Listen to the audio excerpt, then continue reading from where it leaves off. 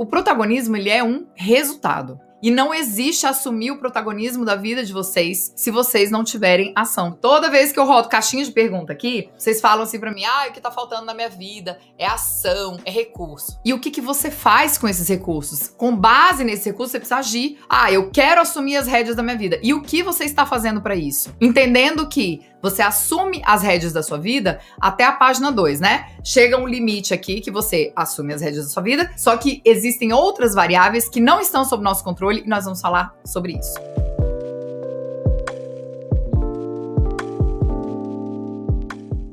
Quando a gente pensa no protagonismo, a gente pensa no protagonista de uma peça de teatro, do cinema, da TV, né? É aquele ator principal. O protagonismo, ele significa também aquele que mais aparece, né? O protagonista. Quando a gente fala do protagonista de uma novela, é aquele que mais aparece. Ou é o vilão ou é o mocinho, né? Só que a gente pode entender esse protagonismo como aquele que combate na linha de frente. O prefixo do protagonismo é o proto e significa aquele que vem antes. Então, se vocês pararem para pensar na palavra protótipo, né? Protótipo é o primeiro tipo, é aquilo que vem antes da versão oficial. Então, quando a gente fala do protagonismo, a gente tá falando daquilo que tá na linha de frente. Na linha de frente de onde? Na linha de frente da sua vida. Tomando as ações que você precisa para você chegar onde você quer chegar. Tomando as ações que você precisa para você ter clareza daquilo que você quer. Tomando as ações que você precisa para você ter o foco, a disciplina, a constância, o que todo mundo tem colocado na caixinha para mim cada vez que eu abro uma caixinha de perguntas, né? A maioria das pessoas diz o seguinte: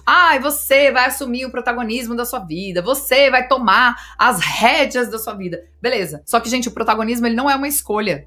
Protagonismo não é uma escolha. Você não tá aqui? Você não tá vivendo a sua vida? Então, a única opção que a gente tem é ser o protagonista da nossa vida. A grande questão é, como é que a gente guia esse papel desse protagonismo, né? Então, nós somos, nós fomos, nós seremos protagonistas das nossas próprias vidas e a gente não pode transferir para outra pessoa essa responsabilidade. Por quê? Porque quem vive a nossa vida é a gente. A grande chave, falando do protagonismo, é a diferença entre aqueles que entendem e assumem o papel e aqueles que estão brisando e que não assumem esse papel de protagonista da nossa vida, né? Quando a gente não assume, isso coloca a gente em desvantagem. Por quê? Porque a gente baixa o nosso grau de atenção. Isso diminui a nossa capacidade de reação quando os fatos acontecem na nossa vida. Então, cada ação que a gente toma, cada posicionamento que a gente tem, cada micro coisa que a gente faz no nosso dia ou que a gente não faz, isso gera um reflexo na nossa vida. Isso gera um reflexo na vida das pessoas que convivem com a gente. Isso gera um reflexo no mundo. Nós somos responsáveis não só pela nossa vida, mas nós somos responsáveis por cada pedacinho que acontece ali na vida de outras pessoas, que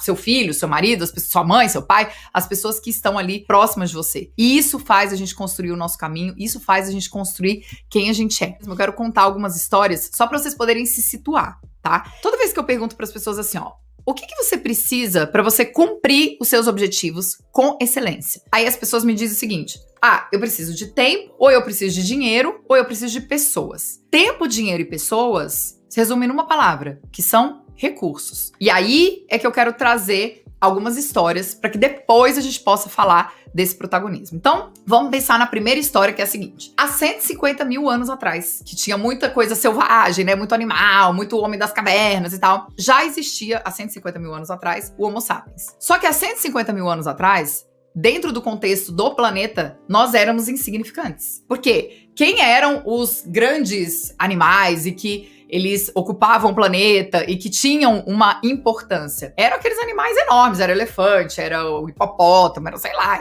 o leão, né? Então, esses animais, nós éramos insignificantes perante a natureza. Beleza.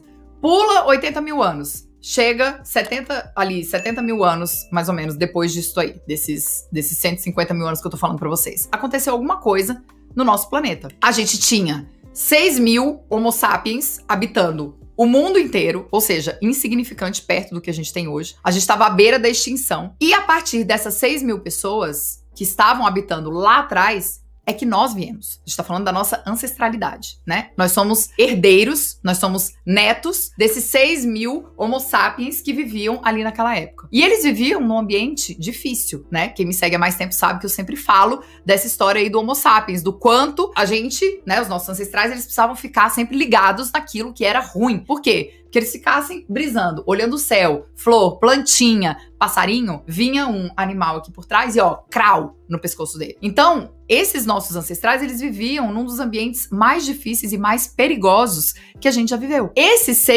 6 mil pessoas, esses 6 mil homens, eles tiveram que ser inovadores, eles tiveram que enxergar oportunidades diante de tantas adversidades, que não tinha casinha quentinha, não tinha cobertor, não tinha internet, não tinha nada disso. Eles tinham que enxergar oportunidade, onde tinha violência, onde tinha dificuldade. Eles tinham que ter garra, porque eles tinham que cair, levantar, meu Deus, vamos lá, olha o leão ali, não sei o que, vambora. Eles tinham que cair, levantar rápido. E graças a algo muito especial que eles tinham, a gente tá aqui. Você pode dizer assim pra mim, mas hoje a gente tá vivendo um período de muita adversidade. Estamos passando pela pandemia, tem um monte de gente passando fome, tem um monte de gente sem emprego. Isso é uma verdade. Quanto você acha que você ia sobreviver lá na selva africana com aquele monte de bicho? Não ia, gente. A gente nem tem essa atenção plena que os nossos ancestrais tinham. Então, guarda essa primeira história. A segunda história é a história de Alexandre o Grande, que era o rei da Macedônia. E ele venceu muitos exércitos. Ele mudou o mundo, né? Ele mudou a história do mundo. E ele nunca perdeu uma batalha. Porque apesar dele ser rei, ele se colocava na linha de frente do exército dele. E eu não sei se vocês sabem a história do Alexandre o Grande, mas Alexandre o Grande, ele morreu envenenado. Ele não morreu numa batalha. Quando ele morreu envenenado, todo o exército dele veio para se despedir dele. Ele era um grande líder. E ele era discípulo de Aristóteles. E por causa também de Alexandre o Grande, nós estamos aqui. Todo esse conhecimento, ele veio sendo passado ao longo de todos esses anos e hoje nós estamos aqui. Terceira história, Samuel Langley, que era um cara cientista que estudou em Harvard, recebeu, só para encurtar a história, um investimento de 3 milhões de dólares para poder montar o primeiro protótipo de um avião. Ele montou esse protótipo, o avião voou e logo caiu.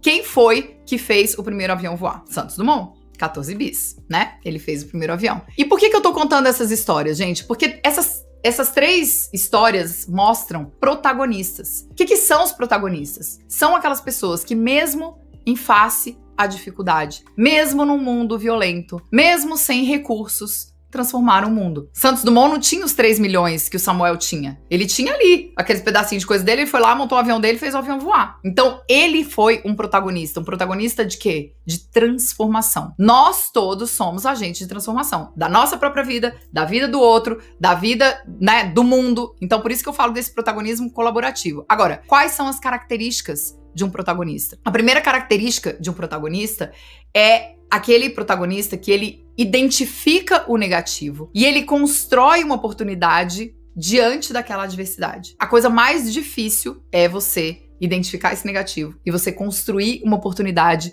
diante dessa adversidade. Por quê? Porque o nosso cérebro, ele tem o viés negativo. Que vem de onde? Lá daqueles homens que eu contei pra vocês. Lá dos nossos avós, né? Aqueles 6 mil homens que viviam lá na época das cavernas. A negatividade, gente, ela faz parte da vida. A grande questão é o quanto a gente se conecta com essa negatividade e o quanto a gente deixa que essa negatividade seja um véu que fica na frente dos nossos olhos e que a gente não consegue agir. A característica de quem é um protagonista da própria vida ou que é um protagonista de transformação da história é exatamente essa. Beleza, eu tô aqui nessa dificuldade. Cara, tá foda. Meu Deus do céu, como é que eu faço pra... Vamos lá, tira o véu da negatividade e vamos enxergar uma oportunidade na adversidade. Você acha que você vai lembrar mais que você perdeu 100 mil reais ou que você ganhou 100 mil reais? Gente, com certeza é que você perdeu 100 mil reais. A dor da perda, ela é muito maior e isso é natural. Por quê? Porque isso vem dos nossos ancestrais. A gente traz esse gene dos nossos ancestrais. E no meio disso, no meio de toda essa bagunça interna, você não enxerga as oportunidades. Alexandre o Grande, ele enfrentava exércitos muito maiores que o dele, mas ele enxergava estratégias. Ele não tinha um véu aqui do, meu Deus, o exército é muito maior que o meu, eu vou perder. Tanto que ele não morreu em combate, ele morreu envenenado. Então, quanto a gente se envenena com essa negatividade. E essa negatividade não deixa com que a gente seja protagonista da nossa própria vida. Quando a gente fala do ser protagonista da nossa própria vida, não é ter o controle 100% da nossa vida. Porque a gente não tem esse controle. Porque a nossa vida, ela tem outras variáveis. Você sabe que, em alguns momentos, você pode fazer seu melhor, você pode tirar o véu dos seus olhos para você enxergar uma oportunidade numa adversidade. Aqui é o seu protagonismo. Só que existe um outro lado que é o lado do imponderável e que nós não temos controle. Todos nós, assim como constância, né? Todo mundo tem constância. circunstância, pro hábito bom ou pro hábito ruim. O protagonismo é a mesma coisa, gente. Todo mundo é protagonista. A grande questão é para onde você está colocando aí a cabeça do seu cavalo. A característica 2 de quem é protagonista é entender o que te faz ser especial. Não é só o fato de você ser diferente dos animais e você ser inteligente. O que você tem que te diferencia das outras pessoas. E o que te diferencia, que te faz ser um protagonista colaborativo na vida de outras pessoas. Porque, gente, não adianta a gente pensar nesse protagonismo de uma forma egoísta. E a gente ser colaborativo não significa que a gente vai deixar de ser protagonista da nossa vida e assumir a rédea da vida do outro, não. É colaboração. A terceira característica de quem é protagonista da própria vida é foco naquilo que você pode controlar. É você estar preparado para aquilo que você pode controlar. A gente se preocupa demais. E eu tô falando isso porque eu tenho estado um pouco preocupada. Então, assim, é normal do ser humano a gente estar preocupado. A gente se antecipa àquilo que a gente acha que pode, eventualmente, acontecer. Então, uma característica que é,